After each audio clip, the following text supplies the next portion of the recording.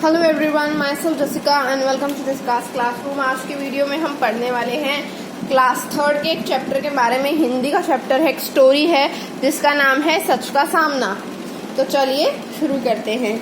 एक समय की बात है, राजगढ़ में 2 किसान रहते थे। उनके नाम थे रामू और श्यामू। दोनों में गहरी मित्रता थी। वह साथ साथ खेती करते थे और अपने परिवार का पालन पोषण करते थे। 2 दोस्त थे, 2 किसान थे जिनका नाम था रामू और श्यामू। दोनों साथ काम करते थे, किसान थे, खेती करते थे और अपने परिवार को पालते पोसते थे। एक दिन अचानक सड़क दुर्घटना में रामू की मृत्यु हो गई। उसकी मृत्यु के बाद उसके परिवार में खेती करने वाला कोई नहीं था, अतः उसकी खेती बर्बाद हो गई और उसके परिवार की दशा बहुत दयनीय हो गई। जब श्यामू को रामू के परिवार की दयनीय स्थिति के बारे में पता चला तो वह बहुत दुखी हुआ। वह रामू की पत्नी राधा से मिलने उसके घर गया।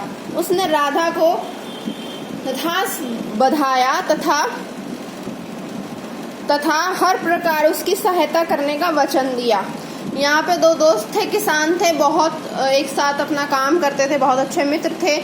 उसमें से एक की मृत्यु हो जाती है और उसकी फैमिली बहुत ज़्यादा सफ़र करने लग जाती है। तो जो श्यामू है वो रामू के परिवार के पास जाता है और उनको सिंपैथी देता है, यानी दिलासा देता है और बोलता है कि कोई भी मदद की ज़रूरत हो तो मुझे ज़रूर बताना। श्यामू ने राधा को बताया कि रामू ने एक बार बीमा कराया था ताकि कठिनाई के समय में उसके परिवार को सहायता मिल सके। उसकी मृत्यु के पश्चात अब बीमे की धनराशि उसके परिवार को मिल सकती है। श्यामू ने राधा को बीमे की धनराशि दिलाने का आश्वासन दिया। राधा बहुत खुश हुई।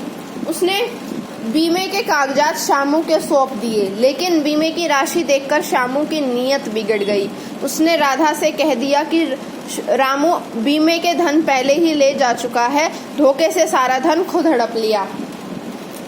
अब यहाँ पे क्या हुआ, जो श्यामू था उसने बोला कि ठीक है, जो बीमे के पैसे हैं मैं तुम्हें ला दूंगा। और जैसे ही उसने कागजात दिए, उसने बीमे के राशि देखी, यानी देखा कि कितना पैसा है, उसकी नीयत बिगड़ गई यानी उसके मन में लालच आ गया। और इसी प्रकार उसने उसे बोल दिया कि ये पैसे तो उसने पहले ही निकलवा लिए थे और उसने वो सारे पैसे ले लिए। अपने इस कृत्य पर श्यामू बहुत खुश था। वह धोखे से प्राप्त धन से अपने बच्चों के लिए नए नए कपड़े व खिलौने लाया था। एक नया खेत खरीदा। उसने खेत में फसल बोई, लेकिन फसल में कीड़ा लग गया था और देखते ही देखते सारी फसल नष्ट हो गई। इसी बीच उसका बेटा भी बहुत बीमार हो गया। उसके बचने की कोई आशा ना रही। घर में मातम सा छा गया। वह बहुत परेशान था, यानी उसने बहुत खुश था वो चीज़ें करके। खेत ले लिया, बच्चों के लिए नए कपड़े वगैरह ले लिए, लेकिन खेत में जैसे उसने फसल लगाई तो कीड़े लग गए और वो फसल खराब हो गई।